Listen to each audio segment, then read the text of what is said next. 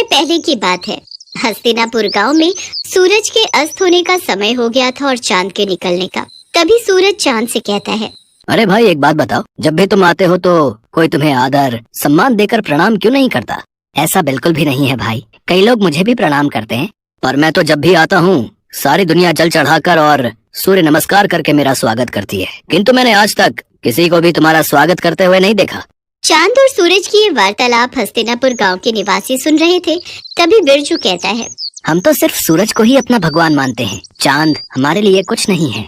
नहीं, ऐसी बात नहीं है, चांद भी हमारे लिए भगवान समान ही है। चांद भी हमें रोशनी देते हैं। सूरज भगवान तो हमें रोशनी और धूप देते हैं, लेकिन चांद वो हमें क्या देते हैं? लेकिन सारी रात तो हम सोए रहते हैं, तो फिर उस रोशनी का हम क्या करेंगे? हमें चांद की जरूरत नहीं है। हाँ, अगर चांद नहीं भी आएगा तो हमें कोई फर्क नहीं पड़ेगा। हाँ, उसका होना ना होना एक ही बात है। तुम ये क्यों भूल रहे हो? करवा चौथ वाले दिन इन्हीं की पूजा करने के बाद तुम्हारे लिए रखा गया व्रत पूरा होता है। लेकिन शुरुआत तो सूरज भगवान की पूजा से ही होती है। गांव वालों की बातें चांद और सूरज बड़े ध्यान से सुन रहे थे। उनकी बातें सुनकर सूरज तो खुश हो गया, लेकिन चांद थोड़ा उदास हो गया। फिर सूरज चांद से कहने लगा, देखा, हस्तिनापुर के लोग भी मुझे ही अपना भगवान मानते हैं और उनकी नजर में तुम्हारी कोई अहमियत नहीं है, परंतु मैं भी तो इन्हें रोशनी देता हूँ, और अगर मैं ना रहूँ तो मेरे बिना इनकी जिंदगी भी अस्त व्यस्त हो जाएगी। ये तुम्हारी गलत फहमी है, इन लोगों को तुम्हारी बिल्कुल भी जरूरत नहीं है। अगर मेरी जरूरत किसी को भी नहीं है तो ठीक है, आज के बाद मैं आऊंगा ही नहीं। इसके बाद चांद वहाँ से चला जाता है और उसके जाते ही सारे गांव में अंधेरा छा जाता है। वैसे तो आसमान में कुछ सितारे होते हैं, लेकिन उनकी रोशनी ना के बराबर होती है। लेकिन अंधेरा इतना ज्यादा होता है कि किसी को भी कुछ दिखाई नहीं देता। हस्तिनापुर गांव में बुआई का समय शुरू हो गया था, इसीलिए किसानों को सुबह जल्दी उठकर खेतों में जाना होता है। लेकिन चांद के ना होने से बाहर घनघोर अंधेरा होता है। अरे उमा, जल्दी से उठ जाओ, आज खेत की बुआई करने जाना है। जल्दी से उठ जाओ, वरना देर हो गई तो बाहर धूप बहुत तेज हो जाएगी, फिर खेतों में काम करना मुश्किल हो जाएगा। हाँ, बुआई के लिए तो जाना है, पर अभी बाहर बहुत अंधेरा है। आप भी सो जाओ जी, और मुझे भी सोने दो। मुझे लगता है बाहर सुबह होने वाली है, अब हमें चलना चाहिए। वो तो आप सही कह रहे हो जी, पर बाहर इतना अंधेरा है कि हम जाएंगे कैसे? ठीक है, फिर बाद में ही चलते हैं। इसके बाद दोनों सुबह का इंतजार करने लगे। फिर जब सुबह हुई तो दोनों खेतों के लिए निकल पड़े। लेकिन थोड़ी ही देर में सूरज सर पर आ गया और खेत में काम करना मुश्किल हो गया।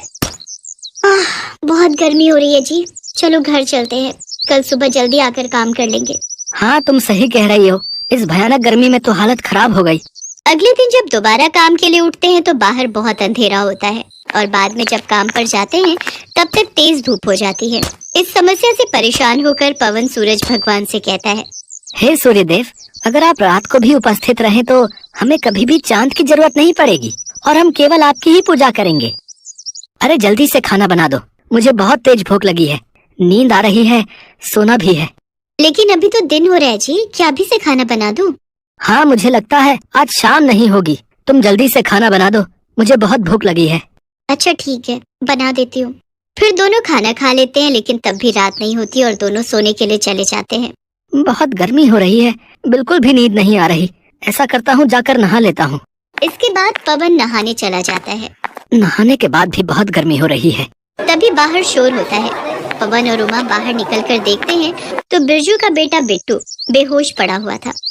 क्या हो गया मेरे बच्चे, कोई जल्दी से पानी लाओ।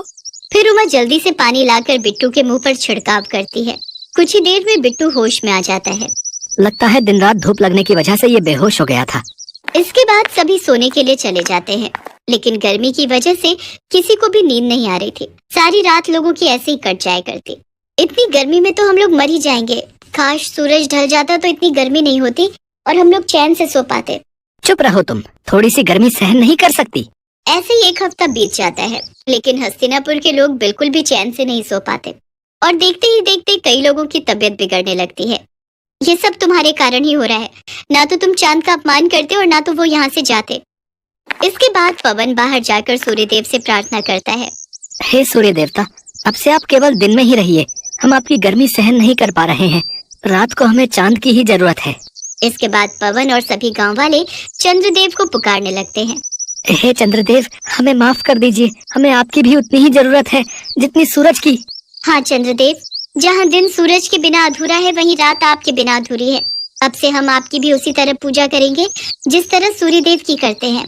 ठीक है, मैं रात में तुम लोगों को रोशनी देने के लिए फिर से उपस्थित रहूंगा। मुझे माफ कर दो मेरे भाई, अब मुझे समझ आ गया है कि जितनी जरूरत इस दुनिया को मेरी है, उतनी ही तुम्हारी। सूरज ढल गया और अंधेरा होने लगा। तब चांद ने अपनी रोशनी चारों ओर बिखेर दी। इसके बाद सभी गांव वालों ने सर झुकाकर चांद का स्वागत किया और सभी गांव वाले पूरे एक हफ्ते बाद चैन की नींद सोए। हल्कू ने आकर अपनी पत्नी से कहा, सहना आया है, लाओ जो रुपए रखे हैं उसे दे दूं, किसी तरह गला तो छूटे। मुन्नी झाड़ू लगा रही थी, पीछे फिरकर बोली, 3 ही तो रुपए हैं, दे दोगे तो कंबल कहाँ से आएगा? माघ पूस की रात खेत में कैसे कटेगी? उससे कह दो फसल पर रुपए दे देंगे, अभी नहीं। हल्कू एक क्षण अनिश्चित दशा में खड़ा रहा। पूस सिर पर आ गया।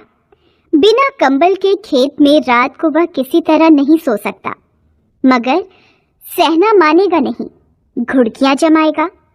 चाहे जाड़े में मरेंगे पर बला तो सिर से टल जाएगी। यही सोचता हुआ वह अपनी पत्नी के पास गया और खुशामद करके बोला, ला दे दे, गला तो छूटे, कंबल के लिए कोई दूसरा उपाय सोचूंगा। मुन्नी उसके पास से दूर हट गई और आंखें तरेरते हुए बोली, कर चुके दूसरा उपाय, जरा सुनूं क्या उपाय करोगे? कोई खैरात में दे देगा कंबल? मैं कहती हूँ तुम खेती छोड़ क्यों नहीं देते? मर मर काम करो और जब फसल हो तो उसे लगान में दे दो। लगान चुकाने के लिए ही तो हमारा जन्म हुआ है। पेट के लिए मजूरी करो, ऐसी खेती से बाज आए मैं ना दूंगी, ना दूंगी। हल्कू उदास होकर बोला, तो क्या गाली खाऊं? मुन्नी ने तड़प कर कहा, गाली क्यों देगा? क्या उसका राज है?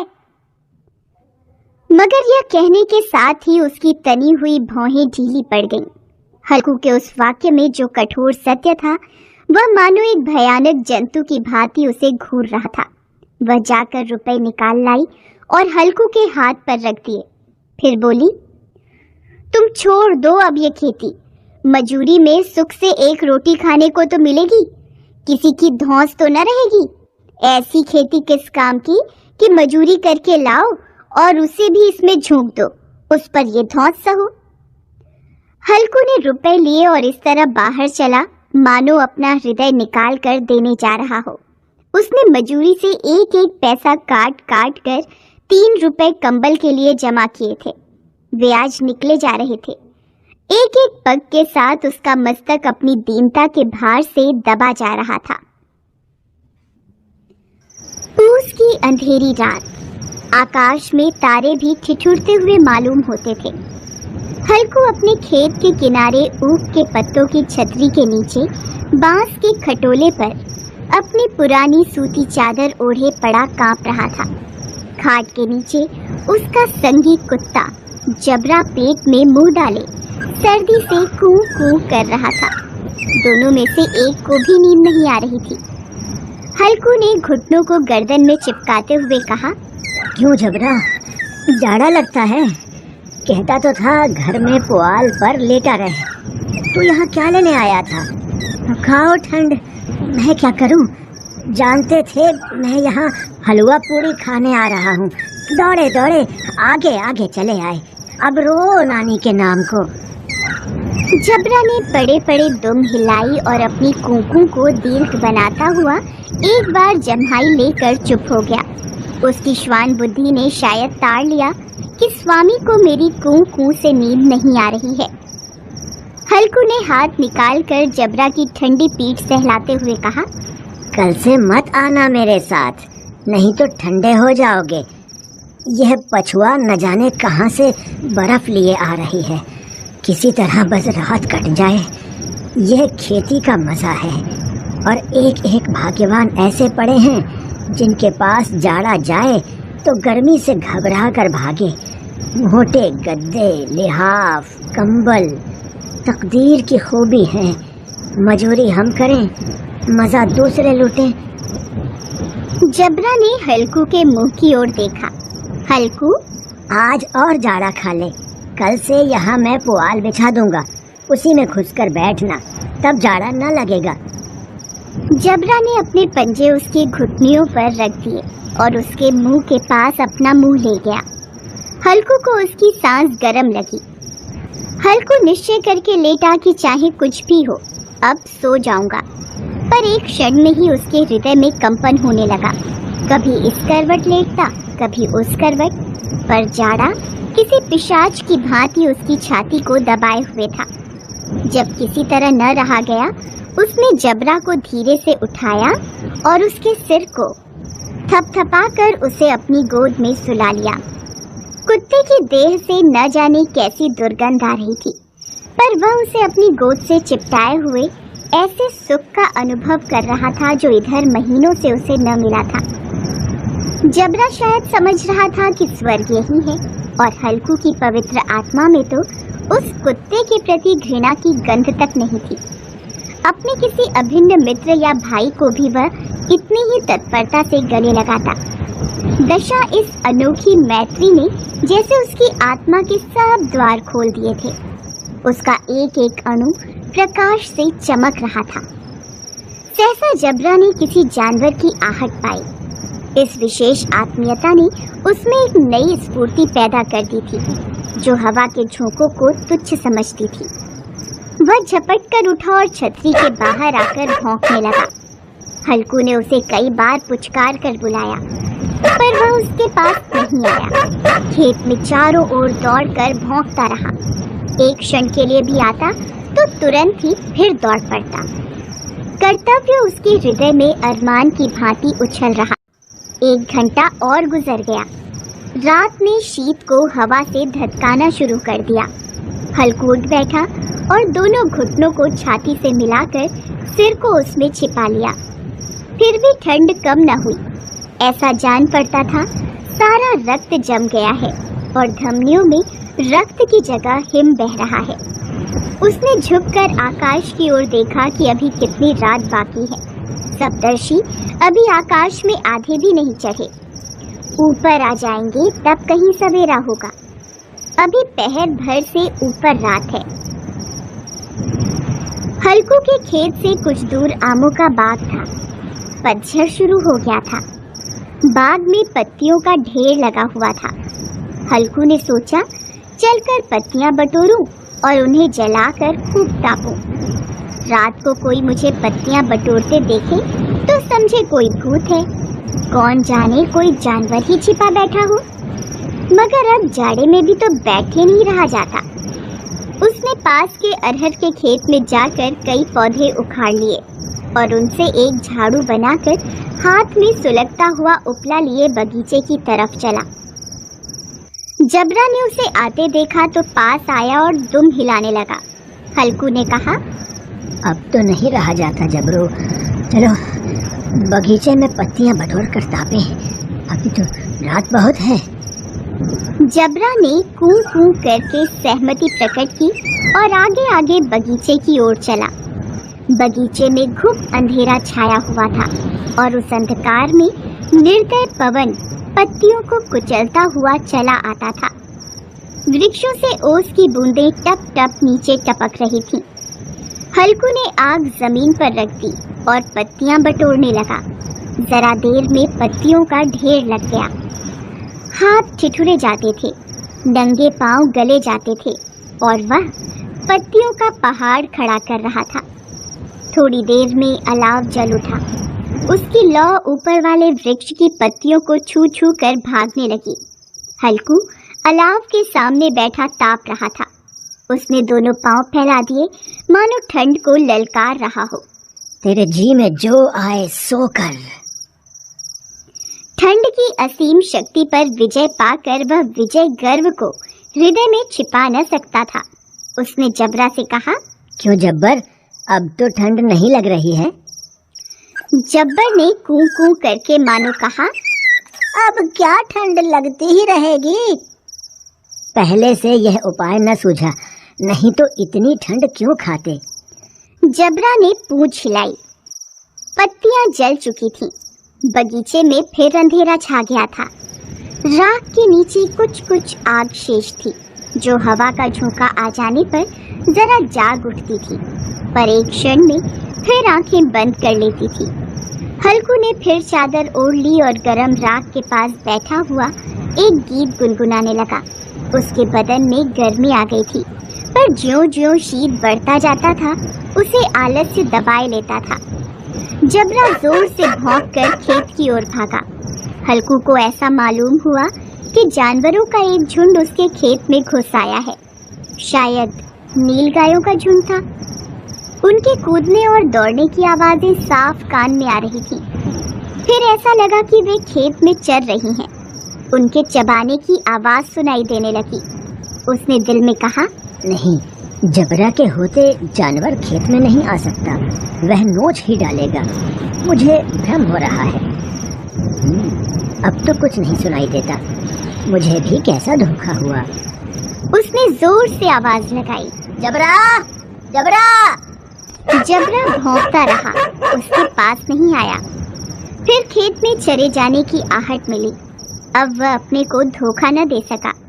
उसे अपनी जगह से हिलना भी जहर लग रहा था। इस जाड़े पाले में खेत में जाना, जानवरों के पीछे दौड़ना असूझ जान पड़ा। वह अपनी जगह से नहीं हिला। उसने जोर से आवाज लगाई, लिहो, लिहो, लिहो। जबरा फिर भौंक उठा। जानवर खेत चर रहे थे। फसल तैयार थी। कैसी अच्छी खेती थी, पर दुष्ट जानवर उसका सर्वनाश किए जा रहे थे।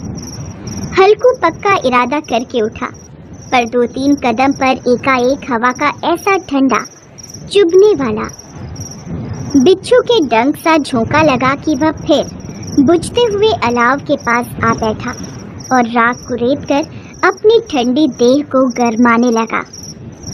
जबरा अपना गला फाड़े डालता था।